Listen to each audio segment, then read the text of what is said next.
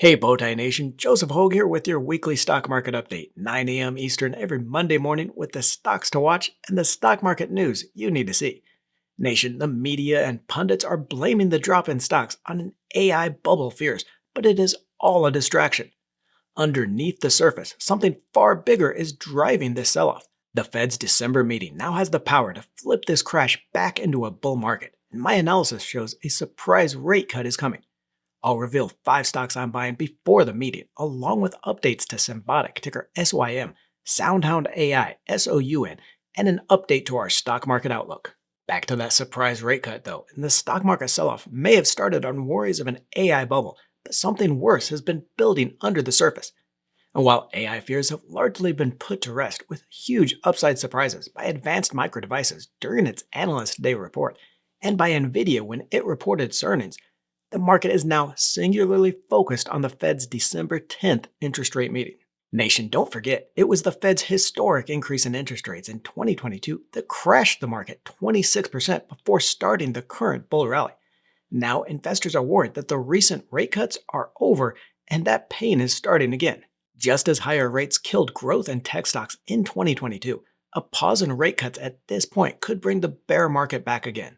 I'm going to take you through the stock market sell-off, show you what is really behind these falling prices, then reveal why the Fed will deliver that surprise cut when it meets in December, pushing stocks higher again, and the 5 stocks I'm buying to be ready. Here we can see in this market graph, the S&P 500 stock market index peaked at 6920 on October 29th, and then initially the drop was on those worries leading up to big tech earnings that those AI stocks were in bubble territory. But then very strong earnings growth of 13% across the market and 27% in tech sector stocks should have dispelled those fears.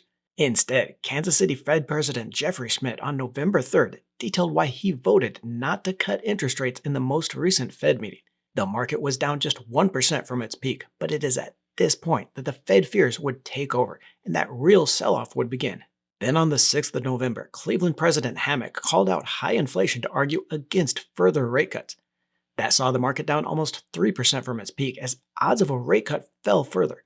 With earnings coming out strong though, the market managed to rebound down just 1.6% from the peak until on the 13th, when Boston Fed President Susan Collins also came out against further rate cuts.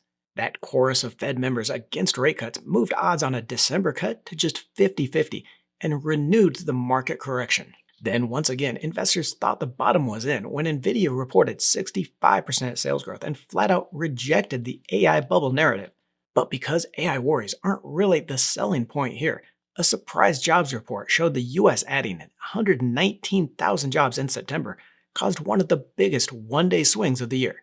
Stocks went from being up more than 1% to a drop of 1.5% by the end of the day, one of the largest single-day price moves of the year.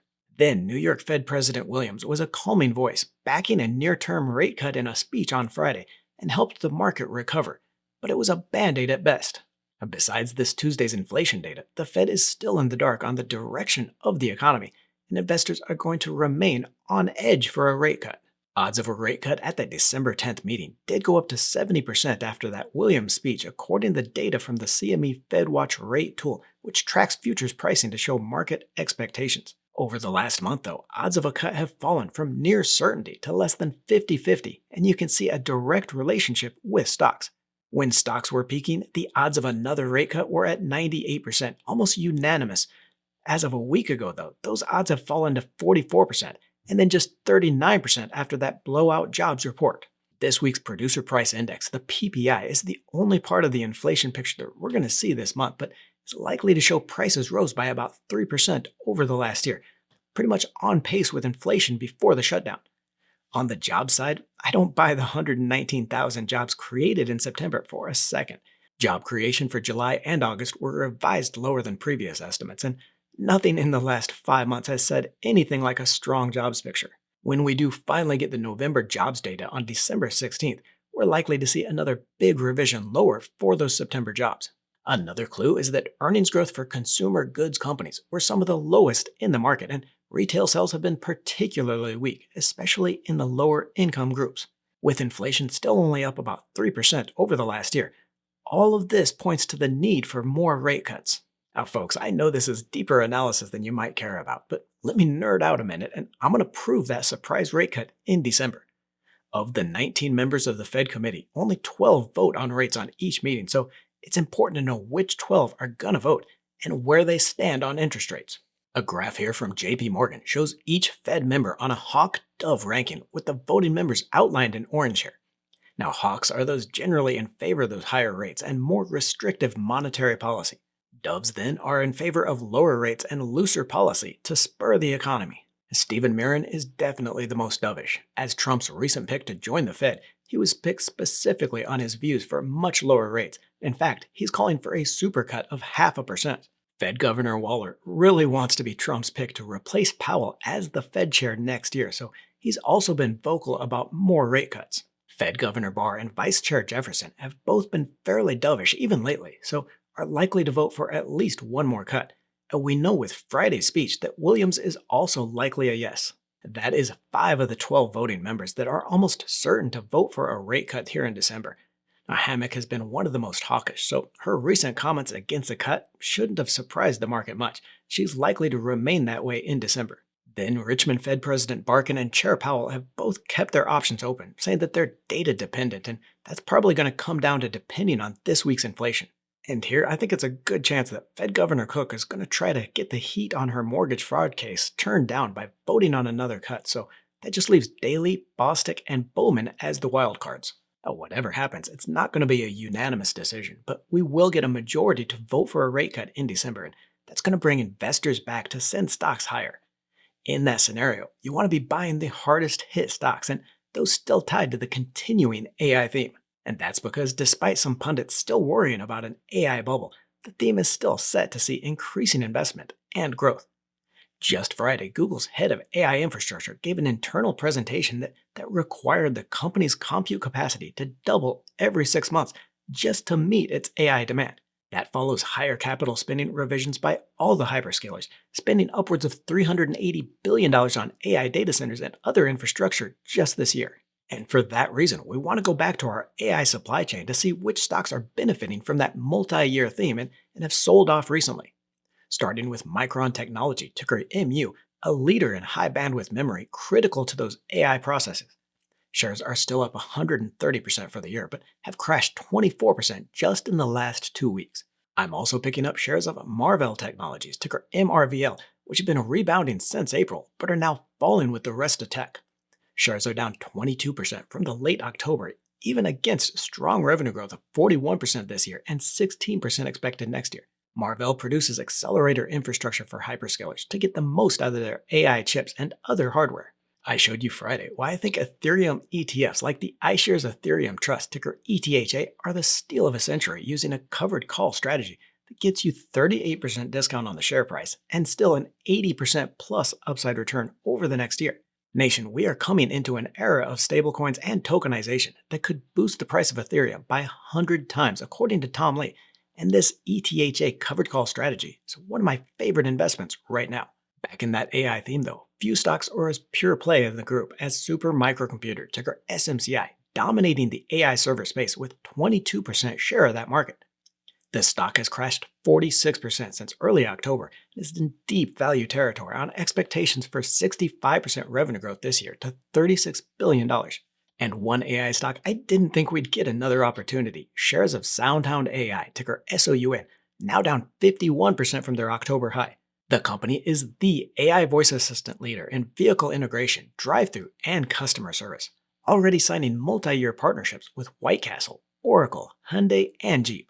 Revenue is expected to nearly double this year and grow to 37% next to $230 million, and is trading in value territory for a stock that will be in the next wave of AI. I'm going to highlight the stocks I'm watching this week next, but if you've ever wondered what's in my portfolio or just want to see the stocks I'm buying, you can now by joining me on the Blossom Investing app. This is the app we've been waiting for, created for investors by investors. Now, I've been using it for 2 years and love the app for getting ideas and sharing my portfolio. And this is not just another social app though. You can connect your brokerage accounts or just input your portfolio to track all your stocks in one place. You're going to see insights like portfolio percentages and average dividend yield across the entire group. You'll also be able to join more than 500,000 investors in the social feed to see what everyone else is talking about.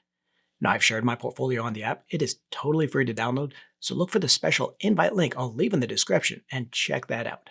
Looking at the stocks I'm watching this week, Symbotic, ticker SYM, reports earnings after the closing bell on Monday with a low bar of just 4.7% sales growth expected. The company should have no problem beating this, but investors are going to be watching for management's confidence in that it can keep up that 20% pace of annual growth. Even after the 35% sell-off in the shares lately, I'm still up 120% on the stock, and I really like the new price here. Symbotic is revolutionizing the trillion-dollar supply chain market as a partnership with Walmart to develop the retailer's warehouse and delivery robots. And its $22.4 billion backlog of orders as of the last quarter should keep that revenue growth on pace. And now Walmart, ticker WMT, has been one of the few retailers to rally lately, up 16% this year, and I think there is still a lot of undiscovered potential in this stock. The company beat expectations with 6% growth in sales. 4.5% of that was organic same-store sales growth, and raised its outlook for full year, sending the stock up sharply on its earnings report. The market is still only pricing in about 4.5% sales growth this year and next, and I think is underestimating Walmart's competitive advantages here. First, a partnership with ChatGPT will soon see the AI platform start recommending Walmart products that can be bought right on the app. Then Walmart's completed acquisition of electronics company Vizio is going to start boosting revenues as well as advertising revenue from ads on the TVs. The company is also expanding its shelf space for its own branded Great Value, Market Side, and Better Goods brands. And something nobody is talking about yet, President Trump's recent decision to lower tariffs on over 100 food categories is going to lower input costs for Walmart and likely see an increase in profitability as the company keeps its own prices stable. These are a lot of levers in Walmart's favor, and with Target holding on for dear life to avoid Kmart's fate, Walmart looks to pick up market share and keep growth going. I'm also watching Advanced Micro Devices, ticker AMD, which is down 24% from its peak less than 4 weeks ago, but is a strong rebound candidate when that AI stocks theme lifts off again. Shares rallied as much as 10% on the company's Analyst Today report when CEO Lisa Su forecast 35% sales growth over the next 3 to 5 years, driven by data center sales growth of 80% a year. Analysts are forecasting 30% sales growth this year and next to $44 billion and an earnings boom of 62% in 2026. That $44 billion in next year's sales would make the stock cheap again at 8.4 times on a price-to-sales basis. And keeping up that 35% annual growth means strong double-digit returns for years. Even after the drop, I'm still up 88% on my position, the second largest in my portfolio after SMCI. This sell-off is purely driven by those AI fears, but besides AMD's excellent Analyst Today presentation, NVIDIA itself put those fears to rest during its own earnings call last week. Nearly $500 billion in 2-year revenue and AI infrastructure demand that cannot keep up means these chipmakers are going to continue to run higher. Showing you that bigger picture here with the Sector Spider's sector tracker, 3 of the 11 stock sectors did close higher last week, with healthcare once again acting as a safety net for investors. Now, as predicted in last week's update, stocks in the consumer staple space also did well and should continue to outperform as those companies in the sector benefit from the coming reduction in those food tariffs. Now, I continue to watch names in this like Conagra Brands, ticker CAG, General Mills, ticker GIS, and Campbell's Company, CPB, for safety in the market stress and an upside on those food prices. Looking further back, we can see the extent of the sell-off as well as possible safe haven stocks here in a 1-month graph. The typically cyclical stocks in technology, consumer discretionary, and communication services have fallen apart. Stocks in energy and healthcare, though, have not only held up, but are producing positive returns. Now, both should continue to do well, so if you're worried about those further losses, look to names like Expand Energy, ticker EXE, Chevron, CVX, Merck, MRK, and Medtronic, ticker MDT. Updating our stock market outlook, it is a holiday-shortened week with the market closed on Thursday and open only until 1 p.m. on Friday. Now, many traders and institutional investors take the whole week off, so stock volume is going to be very low. And that can mean bigger swings in prices as the lack of buyers just amplifies those market swings. Now, compound that with the fact that while the government is now open, it's going to take a long time for the normal flow of economic data to get started. We will see the Producer Price Index, the PPI measure of inflation for September, released on Tuesday, but no PCE index of inflation for the month. That PPI report will help guide inflation expectations and the Fed, but it's not the preferred measure of inflation, and we won't see the Consumer Price Index, the CPI, until late next month. The government has also said that instead of releasing the monthly jobs report on the first Friday, as it usually does, next month's report isn't going to be released until December 16th. Now, that's not going to help the Fed or investors much, so pretty much everyone is just flying blind at this point. And while I am bullish on the final outcome of the Fed's December 10th decision, I think the trend this week is going to be flat at best and maybe down again. There's just not much to change that investor sentiment, and the slow news and trading week may just have investors selling to lower their risk. I would still be buying into the week before the Fed meeting, and I'm longer term bullish on that AI theme still, and the stocks in general, but be ready for more downside here. Join me on the Blossom Social Investing app with a special invite link in the description and see what over 500,000 investors are talking about. Don't forget to join the Let's Talk Money community by tapping that subscribe button and clicking the bell notification.